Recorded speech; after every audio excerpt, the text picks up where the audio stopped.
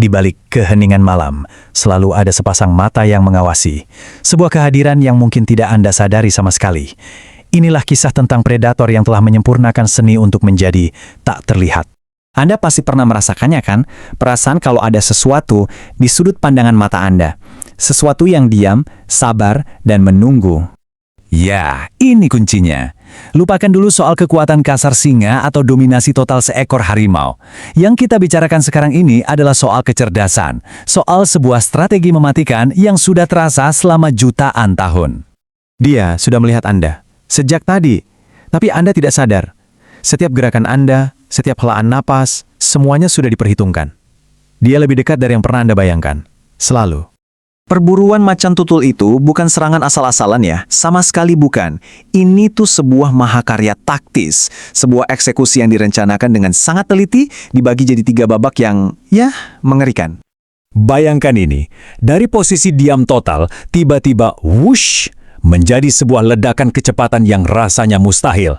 Seluruh kekuatan yang terpendam di ototnya itu cuma menunggu satu sinyal saja untuk dilepaskan. Dan ini bagian yang paling bikin merinding. Jarak antara hidup dan mati seringkali cuma 1 detik. Dari hening total langsung menuju akhir yang tidak bisa dihindari. Saking cepatnya, mangsanya bahkan nggak sempat sadar apa yang menimpanya.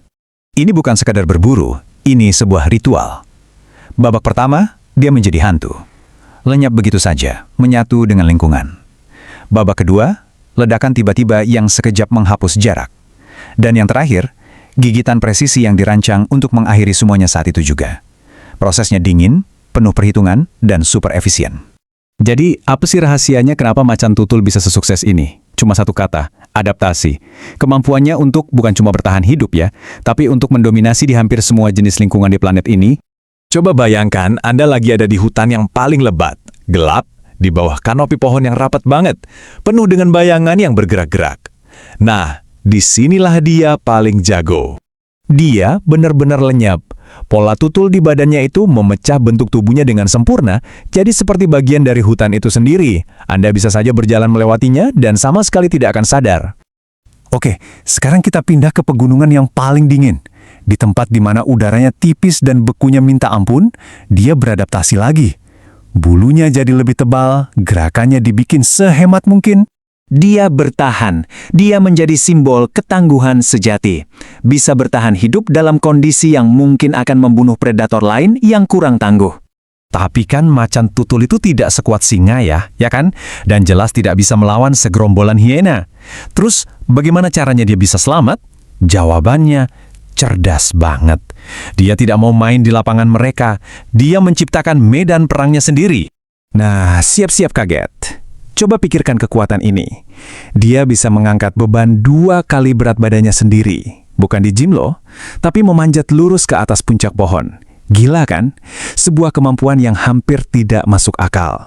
Ini bukan cuma buat pamer otot ya, ini strategi jenius. Dengan membawa mangsanya ke atas, dia menghindari pertarungan yang tidak perlu.